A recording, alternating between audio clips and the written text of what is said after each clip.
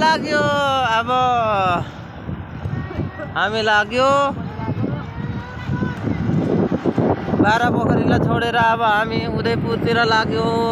खोटाङलाई छोडेर उदयपुर लाग्यो खोटाङलाई छोडेको छैन बस बारापोखरीलाई छोडेको होइन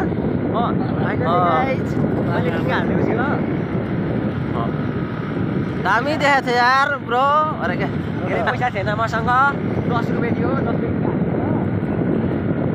बेइज्जत नगर्नु न यार मैले त धेरै हालेको छौ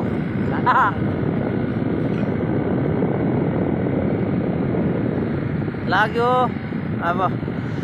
गन्तव्यतर्फ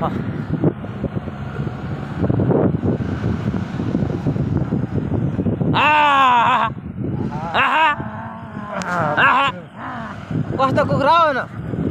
कुखुरा पनि जानु खोज्दै रहेछ हौ हामी सँगसँगै